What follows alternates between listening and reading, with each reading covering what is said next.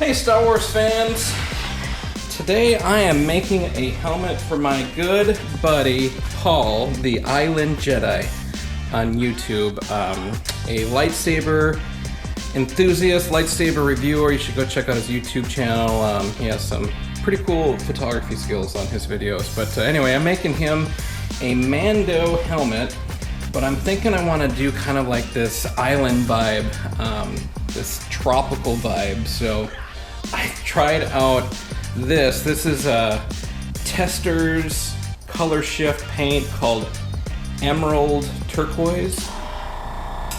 And yeah, it's supposed to be like a green to a blue. So it says to do it over a black base coat. So I tried it on this cruddy test helmet I've been trying lots of different paints on, as you can see, but this section right here is the color shift paint, and it's really hard to get in the light, but you can see it's almost silver when it's in direct light, but it's green, and then when you get to certain angles, you can see a little bit of the blue sheen to it. Let's see if I try to, yeah, so you can see a little bit of the blue here, and now here. There you go, I see lots of blue right there at that angle. But yeah, so green to blue, which I think is kind of cool. So we're gonna do the whole helmet like that. But first what I need to do is get the helmet to a shiny black base coat. It's kind of just like doing the regular Din Djarin Mandalorian, where I have to do the Beskar. I have to get it to a gloss black first. So what I'm gonna do is I'm gonna paint this with the Duplicolor primer, the black primer, and then I'm gonna give it a 2K to make it nice and shiny. And then we'll put the color shift on there, and I'll cover it again with the 2K just to kind of like seal it and keep everything from, you know, coming off. And then I'm thinking maybe putting like a really funky blue visor in there, like almost like a turquoise or maybe like an electric blue. I guess I'll have to see what kind of tint I can find. I've been experimenting with tint, like I'm working on this, what is it, Arcane, I forget, but I've been experimenting with some tint that seems to be working out pretty good, so I'm gonna see if I can find some blue tint and make a fun visor for this guy. But yeah, let's go ahead and get started with our black base coat.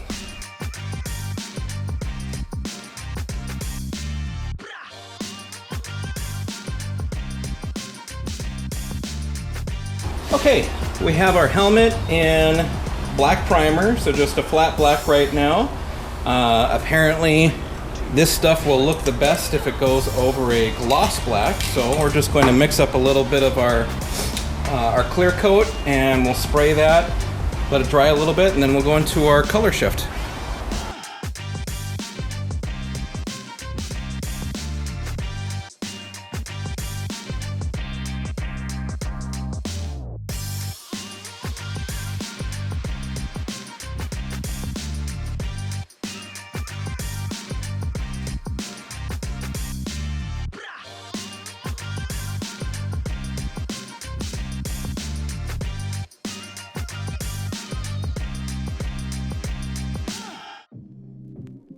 Okay, now that our helmet is nice and shiny, we can go ahead and put the color cast, or the color shift paint on.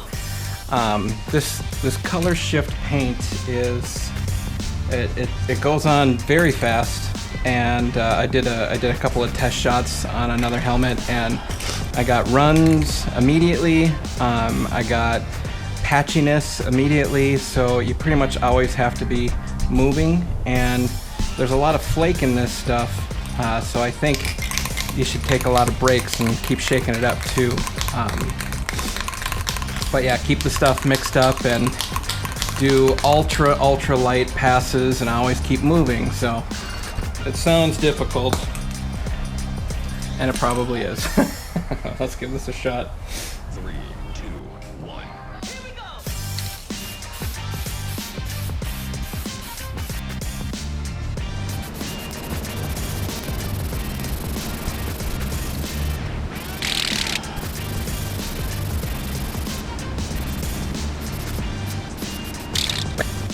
So there are a couple of small spots that I think I was still aiming towards the helmet when I pressed or let go of the can. So I got a couple little splatters from that. But otherwise, the first coat here looks really good. I'm not sure what to do about these splatters. I don't know if I'm gonna have to sand this and try this side again, or if it will just start to blend in when I do a second coat. But man, the effect sure is looking killer.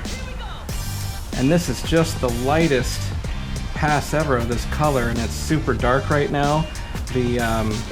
My test helmet that I did was a lot brighter, but I had also sprayed that pretty heavy. So unfortunately, I did so much testing, I've run out of paint in my can here. At least I think I have.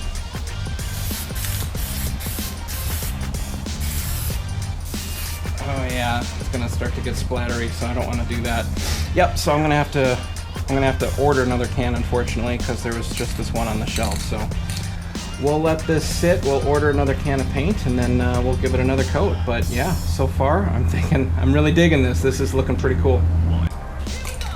Well, fortunately for me, I found another can at the next closest Michael's store, a little further down the road. So let's do a second coat, actually. Shake this up first.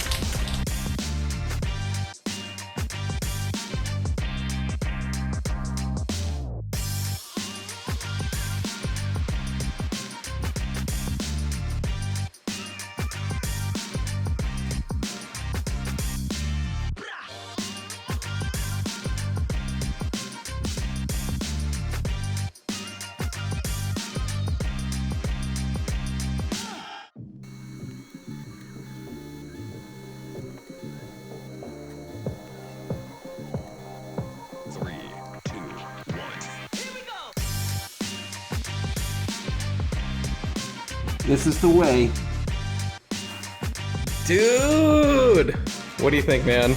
I am so thrilled with how this turned out. By the way, the video is not going to show off the color. It's like impossible for me to photograph well. I'm interested to see what you're going to do, Paul, if you end up making a video of this.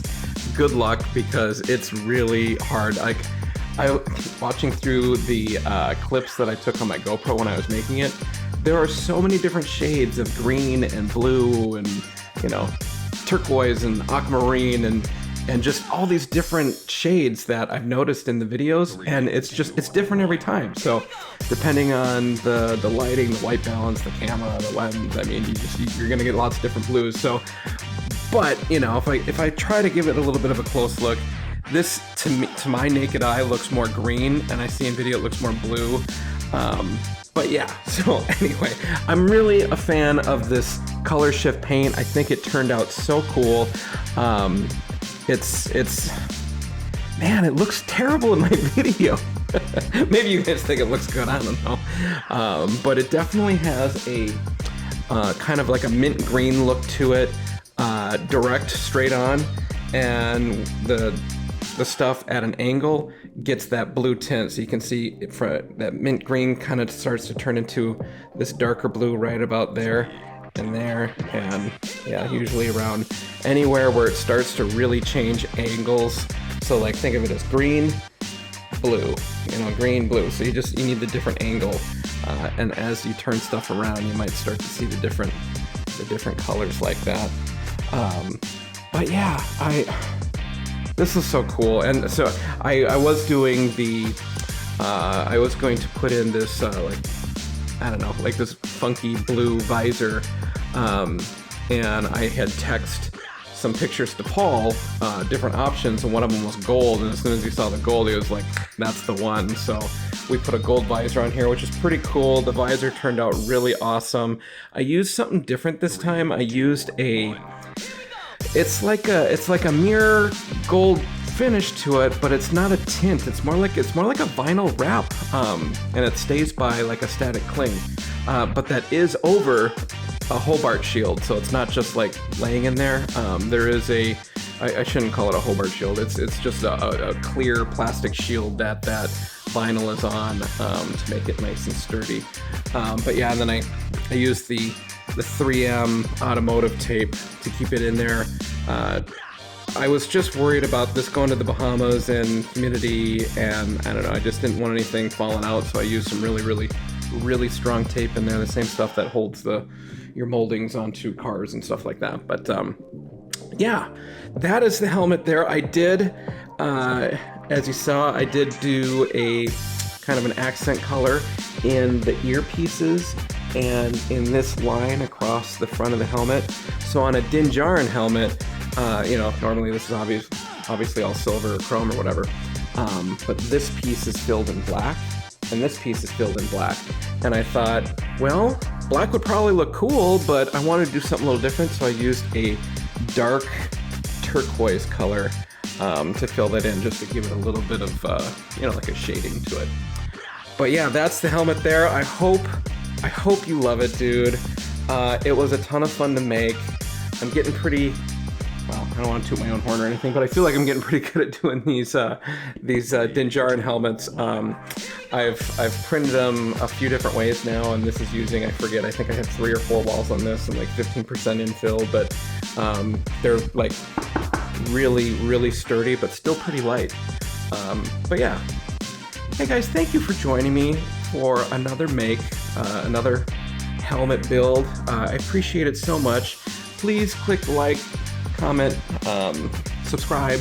I'm working on another prop already. I'm working on a bowcaster for a really good friend that I'm really excited to make. I've had to reprint the parts like multiple times just because the tolerances on it to make things go together and fit right just perfect has been proven kind of a challenge, so I've had to reprint a few parts. But yeah, this bowcaster is huge, so it should be a fun project. But hey, thank you so much for joining me. May the force be with you all, and I'll catch you in the next video.